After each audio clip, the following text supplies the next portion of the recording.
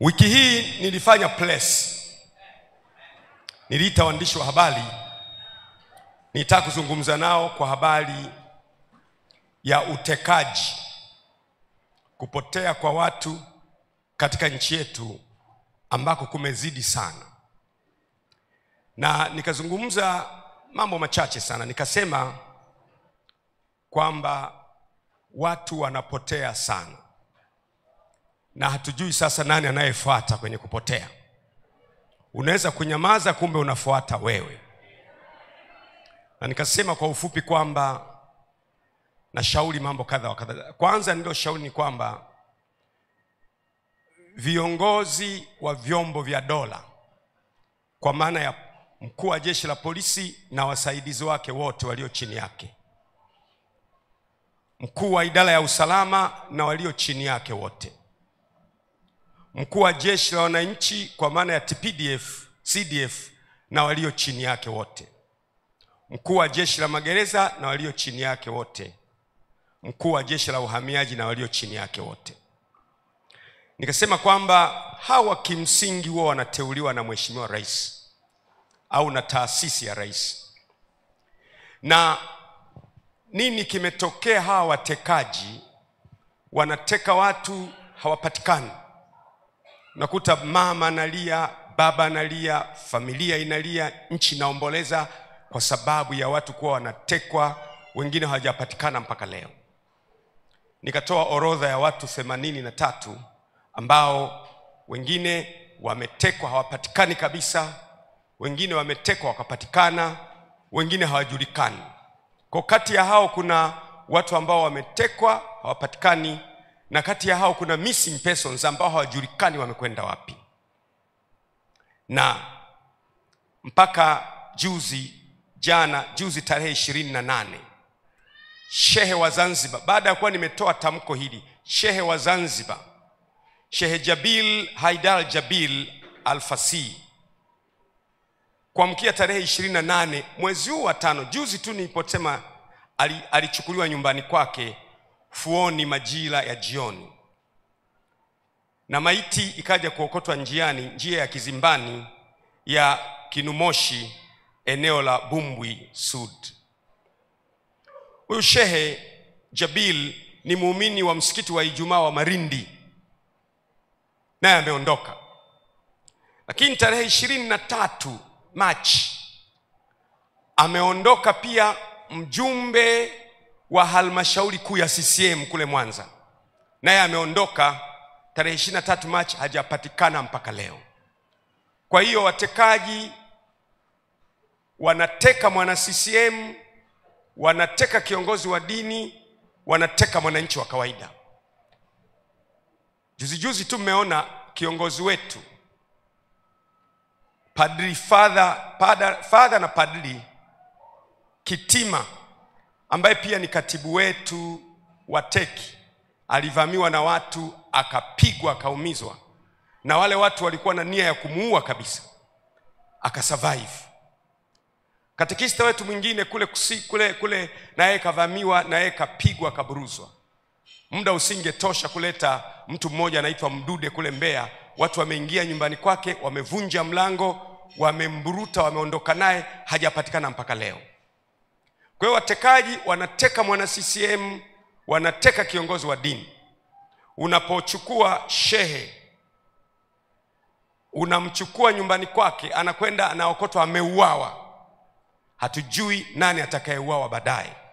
Nataka nisisitize, Chama cha Mapinduzi ambacho wahasisi wake ni Mwalimu Julius Kambarage Nyerere pamoja na Abeid Aman Karume, chama hicho hakikubali utekaji. Hakikubali utekaji. Narudia tena, chama hicho, Chama cha Mapinduzi, hakikubali utekaji.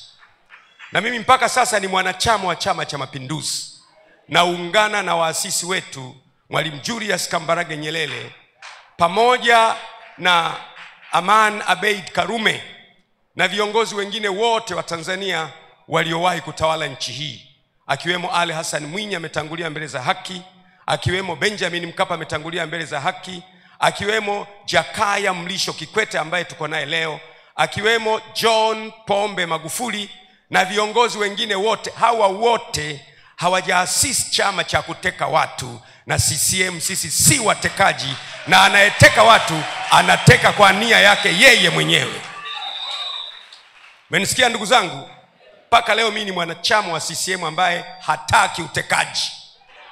Narudia tena, sitaki utekaji. Narudia tena, sitaki utekaji na watu kupotea kwenye mazingira ya kutatanisha. Sasa yeyote anayenipinga mimi, ninyi mtajua maana yake.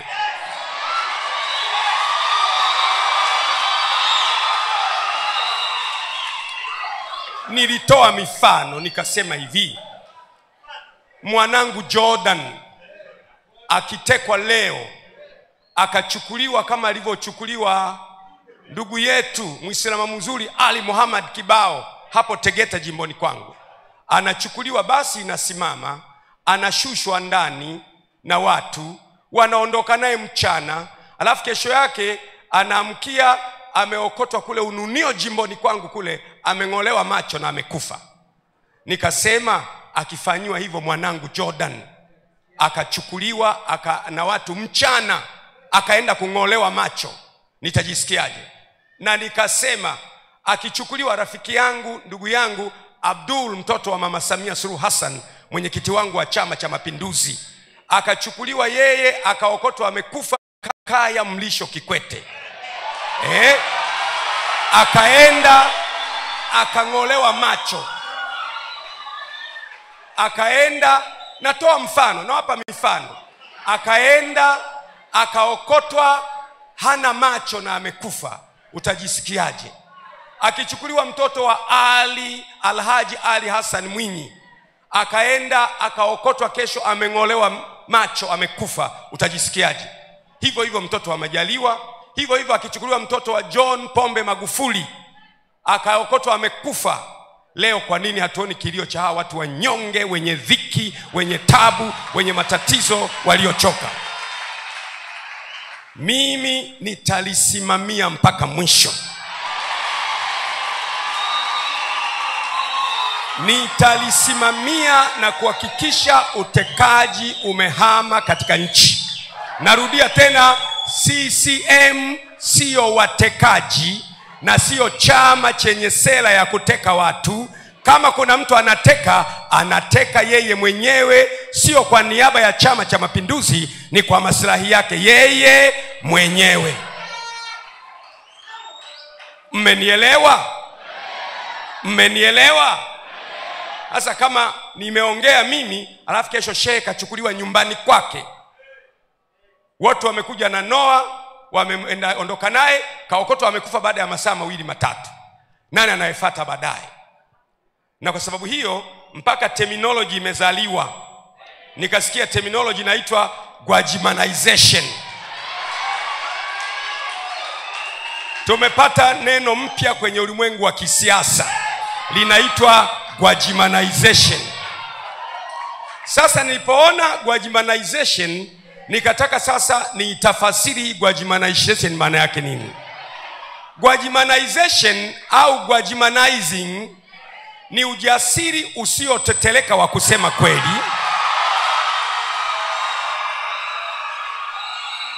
haijalishi ukweli huo ni mchungu au hawapendezi walioko madarakani. Ni dhamiri thabiti ya kutetea maslahi ya taifa kuliko maslahi binafsi, na kuinua sauti kwa uthubutu mkubwa bila kuyumba kiasi cha kusababisha ivume ndani ya himaya za mamlaka na kutikisa misingi ya ufisadi na dhuluma katika nchi. Na kama hii ndiyo maana ya Gwajimanization, basi naipokea kwa mikono ya shukrani, na ningependa kila mtu awe Gwajimanized.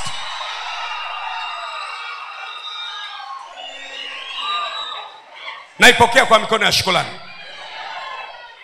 Ndugu zangu, nimesema maneno haya ili kufafanua place yangu, kwa sababu mnajua nyie ni kanisa. Wale walio mbali mmesikia askofu wenu anatajwa, kwamba anagwajimanize. Gwajimanization kwa maana hii sasa nakubali kweli ningependa kugwajimanize, kwa maana ya ni ujasiri usiotetereka wa kusema ukweli. Haijalishi ukweli huo ni mchungu au hawawapendezi walioko madarakani. Ni dhamiri thabiti ya kutetea maslahi ya taifa kuliko maslahi binafsi, na kuinua sauti ya uthubutu mkubwa bila kuyumba kiasi cha kusababisha ivume ndani ya himaya za mamlaka na kutikisa misingi ya ufisadi na dhuluma katika nchi ya Tanzania. Gwajimanization. Nani angependa awe gwajimanized hapa? Piga kelele, sema ya. Naomba ukae. Kwa hiyo kwenye hili swala sitayumba, sitabadilika, sitapunguza msimamo, tasimama nalo mpaka kuhakikisha kila aliyetekwa amejulikana amekwenda wapi, anafanya nini, na wale missing persons, kuna wengine wanaitwa missing persons ambao wenyewe hawajulikani wako wapi, lazima tuhakikishe na wao wanapatikana. Sasa ndugu zangu, vaeni silaha kamili za Bwana ili muweze kushindana siku ya uovu, kwa maana kushindana kwetu sisi si juu ya damu na nyama, ni juu ya falme na mamlaka na wakuu wa giza na majeshi ya pepo wabaya katika ulimwengu wa roho. Tutashindana na tutashinda. It is in this time we refuse abductions in our country, disappearances in our country. We will never take abductions and disappearances in a country, Tanzania, as a normal matter. We refuse to do it. And I, as a Tanzanian, will never swallow that people are abducted and everybody is silenced. Silence means granting access to evil. Silence means comfortable. Silence means go ahead. I refuse to be silenced. I refuse to be silenced. I refuse to be silenced. Hebu sema kwa sauti, Tanzania ni yetu sote. Sema Tanzania kwanza, yeyote yule na wowote wale na lolote lile linafuata baadaye. Ushauri wangu mwingine ukawa, kwa mfano ikiwa, narudia tena ikiwa, sema ikiwa. Kwa sababu watekaji wengi hawa hawajapatikana, na nikasema mimi haiwezekani watekaji wawe vyombo vya dola. Nikasema watekaji sio polisi, kwa sababu polisi hawezi kwenda kumchukua mtu mahali na akajitambulisha polisi alafu mtu huyo akaokotwa ametupwa boda. Kuna yule yule kaka wa Kenya Boniface Mwangi, kuna yule dada wa Uganda kaka Boniface Mwangi wa Kenya, na yule kaka dada wa Uganda yule Agatha Tuhaile. Haiwezekani, wale si polisi. Polisi wa kwetu ni competent. Sema tena competent. Wale sio idara ya usalama. Idara ya usalama ya kwetu ni competent. Wala sio jeshi la wananchi, wala sio magereza, wala sio uhamiaji. Sio. Bila shaka inaweza kuwa, hebu sema inaweza kuwa, kuna kakikundi fulani ambako kenyewe kanakuwa kanawachukua watu kwa maslahi ya mwanasiasa fulani.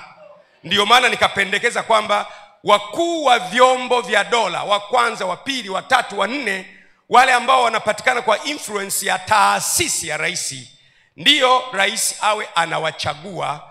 Lakini akitaka kuwatoa, apeleke hoja kwenye kamati ya ulinzi na usalama na mambo ya nchi za nje ya bunge, ili wabunge tuone huyu mkuu wa chombo cha dola asije kuwa anatolewa kwenye nafasi yake kwa sababu ametetea maslahi fulani ya taifa, ili kwamba taifa liwe salama, ili vyombo vya dola wawe na uwezo wa kutulindia maono zetu siku zijazo. Na nasisitiza, huo ndio ushauri wangu wa kukomesha watekaji. Kwa sababu chombo cha dola, kwa mfano, natoa mfano, kwa mfano chombo cha dola kimeona kumbe anayeteka watu ni kakikundi kale. Alafu chombo cha dola kikaenda, kumbe kakikundi kale ni kakiongozi fulani wa kisiasa.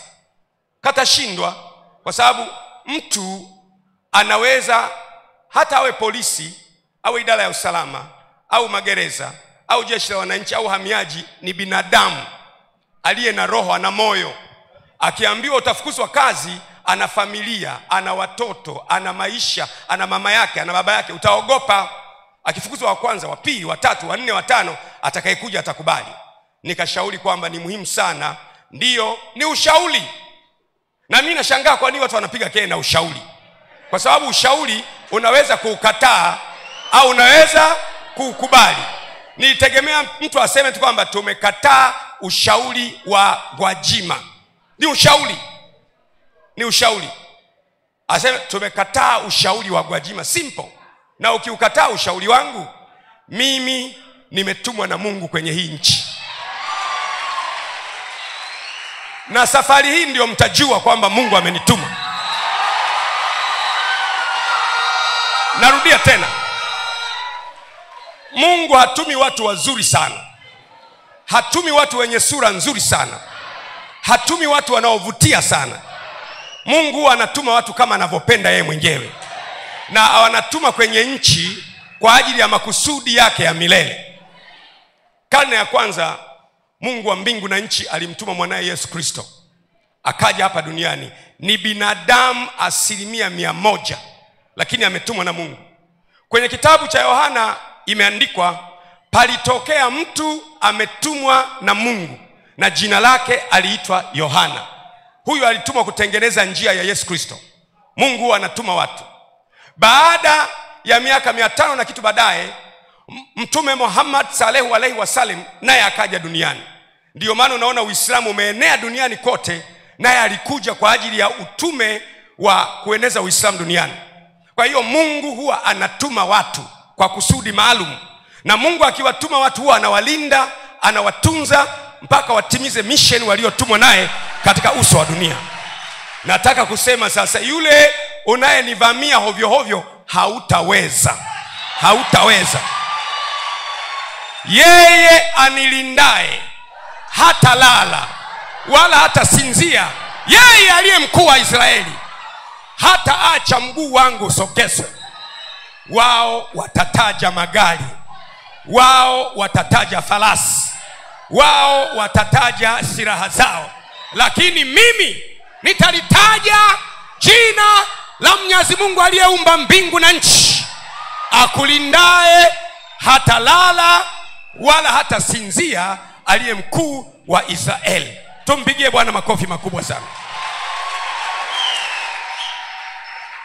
Umenielewa Umenielewa Na isemea Tanzania na wasemea wa Tanzania nikiwa mwanachama wa Chama cha Mapinduzi. CCM haina sera ya utekaji. Mimi ni mjumbe wa halmashauri kuu ya Chama cha Mapinduzi Taifa. Utekaji, kupotea kwa watu, sio wazo la CCM, na CCM haipotezi watu. Tupige makombola mpaka anayeteka watu atokee hadharani. Si tupige makombola.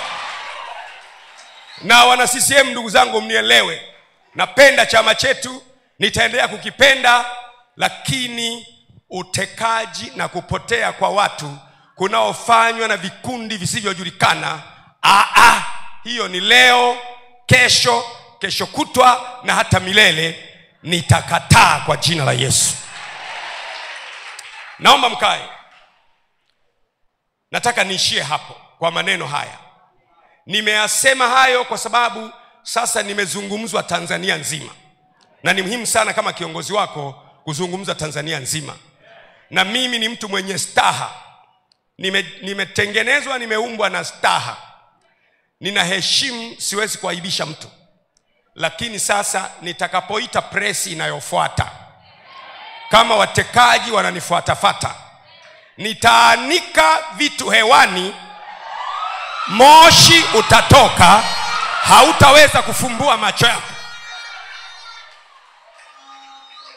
Narudia tena, ikiwa utaendelea kung'ang'ania, kwa sababu ni rahisi kusema kwamba, ilikuwa rahisi tu kwamba na sisi tunakataa watu kutekwa, na ushauri aliyoutoa askofu tunaukubali au tunaukataa. nikamwona ponjoro mmoja wa hapo Kinondoni. Nikamwona ponjoro mmoja wa hapo Kinondoni ambaye kazi yake ni kuchezesha kamari, ambaye hata Mwenyezi Mungu Subhanahu wa Ta'ala hapendi mambo ya kamari. Na yeye eti anaongea anasema Gwajima anasema mtoto wa watu. Mimi nimetaja watoto wa wote. Nimetaja mtoto wangu Jordan, nimetaja mtoto wa Majaliwa, nimetaja mtoto wa Samia Suluhu Hassan, nimetaja mtoto wa watoto wa watu wengi. Eti yeye anaumwa na mtoto mmoja tu. Eti yeye ni mtoto mmoja tu. Eti yeye ni mtoto mmoja tu. Sasa nisikilize ponjoro wa Kinondoni. Nikikuamkia wewe utabaki vipande vipande, kwa maana ya nikikusemesha Kinondoni yote itakukataa na utanuka kinyesi. Tulia, kaa kwa kutulia. Kaa kwa kutulia. Hapa unaongea na jasusi la mbinguni.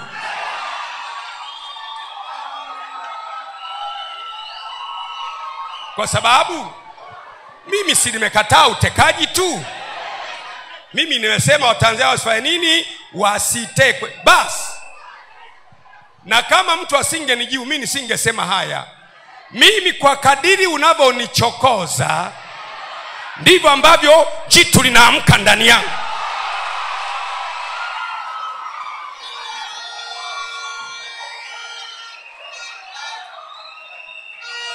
Na Chama cha Mapinduzi, Gwajima ni hazina yenu. Gwajima ni hazina yenu ya CCM. Mnaye mtu ambaye hamjamjua bado. Narudia tena, you have a person that you don't understand yet. Hamjamjua bado. Mtu mliye naye ni mtumishi wa Mungu wa wote, na anatakiwa afanye mapenzi ya Mungu kwa wote. Na saa imetimia. Naam, atukuzwe mwana wa Adamu. Tumpigie Yesu makofi makubwa kabisa.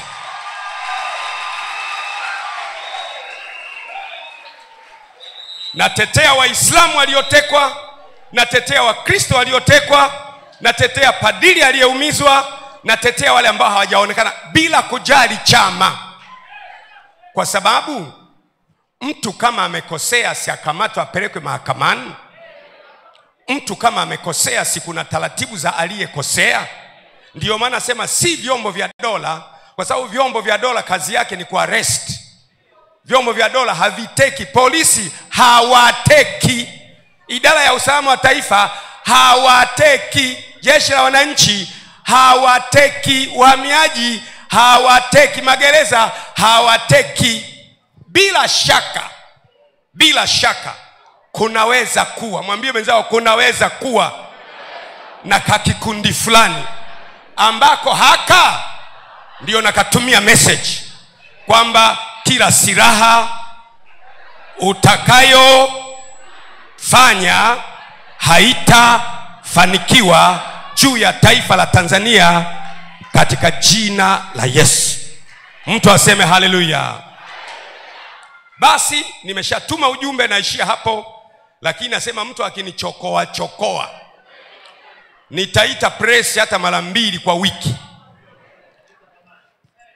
Nasema press nitakayoita ya pili, kama ukiendelea kunichokoa nitasema vitu utatoka moshi, huwezi kufungua macho. Lakini sasa mimi ni mtu wa staha. Hebu sema staha.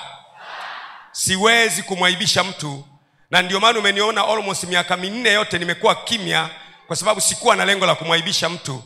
Lakini napoona utekaji, watu wanapotea na mimi nipo kwenye taifa langu, jambo hili haliwezi kukubalika hata mara moja. Tumpigie Bwana Yesu makofi. Ninaomba kwa dakika chache watu wote kule mliko online, makanisa yetu 2000 na kitu na rafiki zetu, tusimame tuombee taifa la Tanzania kwa pamoja.